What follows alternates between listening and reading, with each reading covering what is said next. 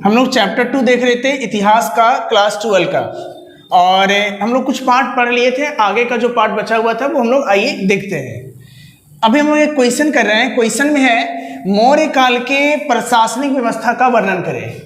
मौर्य काल के प्रशासन के बारे में बताना है। तो देखिए मौर्य काल का जो प्रशासन था ना वो 4 भागों में बटा हुआ था। पहला भाग था आपका केंद्रीय प्रशासन, दूसरा था आपका प्रांतीय शासन, तीसरा था नगरीय शासन और चौथा था ग्राम शासन। अब आज देखो आप, आज क्या होता है, सेंट्रल गवर्नमेंट होता है, स्टेट गवर्नमेंट होता है, फिर आपका डिस्ट्रिक्ट लेवल पे होता है, और डिस्ट्रिक्ट लेवल पे आने के बाद क्या होता है, वो नगर का अलग होता है और गांव का अलग होता है। नगर में नगर पालिका चलता है, गांव में पंचायत चलता है। सेम प्रोसेस था हम लोग का मौर्य प्रशासन में, उसी के बारे में भी हम लोग पढ़ेंगे। तो देखिए मौर्य प्रशासन में सबसे पहले हम लोग पढ़ेंगे केंद्रीय प्रशासन के बारे में, यानी सेंट्रल एडमिनिस्ट्रेशन के बारे में। तो सेंट्रल एडमिनिस्ट्रेशन के बारे में पढ़ते हैं हम लोग, देखते हैं केंद्रीय प्रशासन में क्या होता था। जो केंद्रीय शासन होता था उसका जो प्रमुख था वो कौन होता था, सम्राट, यानी कि राजा हुआ करता था।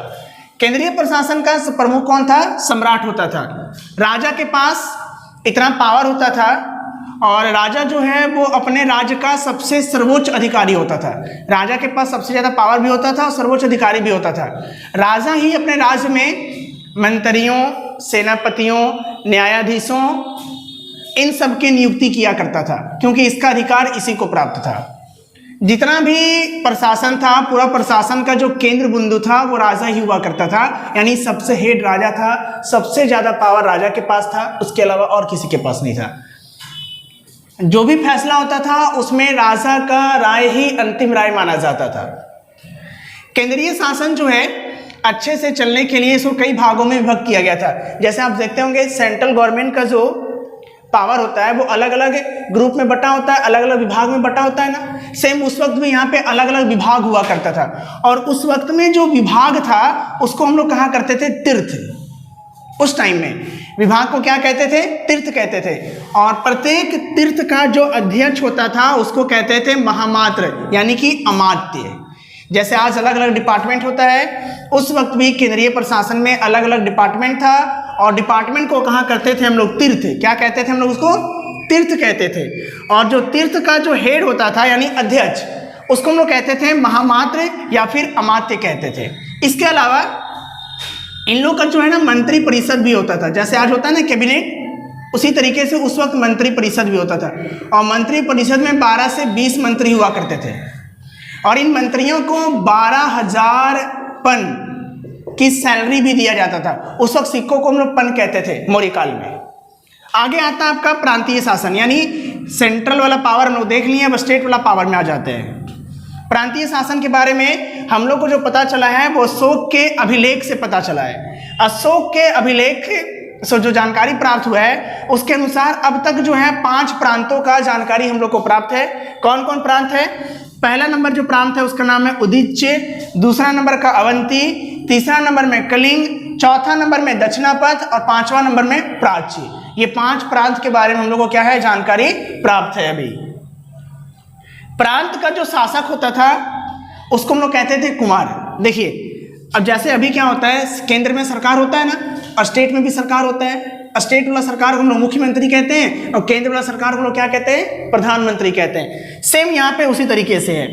प्रांत के शासन के लिए क्या किया जाता था, राज्यपाल को नियुक्त किया जाता था, और इस राज्यपाल को उसको कहा जाता था कुमार, यानी हर प्रांत का एक कुमार होता था। लेकिन जो सबका हेड होता था वो कौन होता था, केंद्रीय शासन का प्रमुख सम्राट हुआ करता था।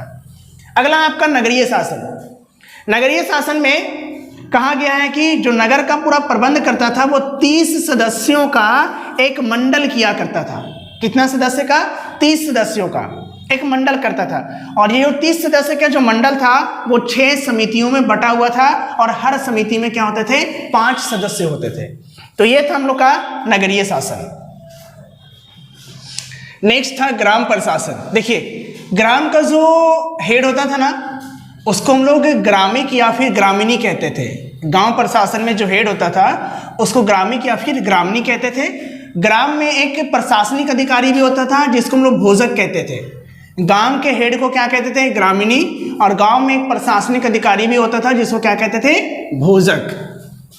प्रांत जो था उस वक्त का जो प्रांत हुआ करता था यानी राज्य, वो मंडल में बटा होता था और मंडल फिर आहार में बटा होता था। आहार का मतलब क्या होता है? जिला। और फिर आहार जो है वो ग्राम में बटा हुआ था। इस तरीके से ये पूरा विभाग था। और हम लोग प्रांत के पहले थोड़ा सा इधर चलेंगे तो हम लोग क्या क्या बोलेंगे उसको? जनपद बोलेंगे हम लोग उसको, जनपद।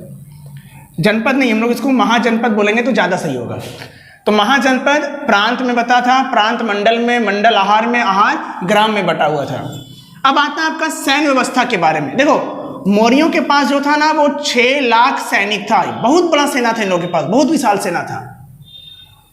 सैन्य व्यवस्था में सेना का जो विभाग था वो टोटल 6 विभाग था। पहला विभाग था आपका पैदल सेना, दूसरा अश्व सेना यानी घोड़े वाले सैनिक, और तीसरा था आपका हाथी सेना यानी हाथी पर जो सैनिक रहते थे। फिर रथ सेना था, युद्ध वगैरह आप देखे होंगे, रथ वगैरह पर लड़ा जाया करता था उस वक्त। फिर था आपको नौसेना, नौसेना यानी नाव वाला सेना, यानी जल सेना भी इन लोग के पास था। जैसे आज होता है ना, आज हम लोग के पास 3 सेना है, जल सेना, थल सेना, वायु सेना। इन लोग के पास वायु सेना नहीं था, लेकिन हमनी से भी ज्यादा था।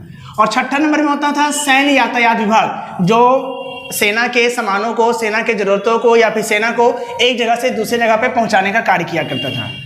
मौर्यों के पास विशाल सेना थे, अभी हम बताएंगे 6 लाख सैनिक हुआ करता था। राजा जो था वो अपनी सेना का कमांडर इन चीफ होता था, यानी सबसे हेड सेना का कौन हुआ करता था? राजा। और राजा के बाद जो सेना का हेड होता था वो हुआ करता था सेनापति। लेकिन सेना का जो सबसे हेड था वो कौन था? आपका राजा था। तो आज हम लोग का ये क्वेश्चन कंप्लीट हो गया। फिर हम लोग नेक्स्ट क्वेश्चन नेक्स्ट वीडियो में देखेंगे।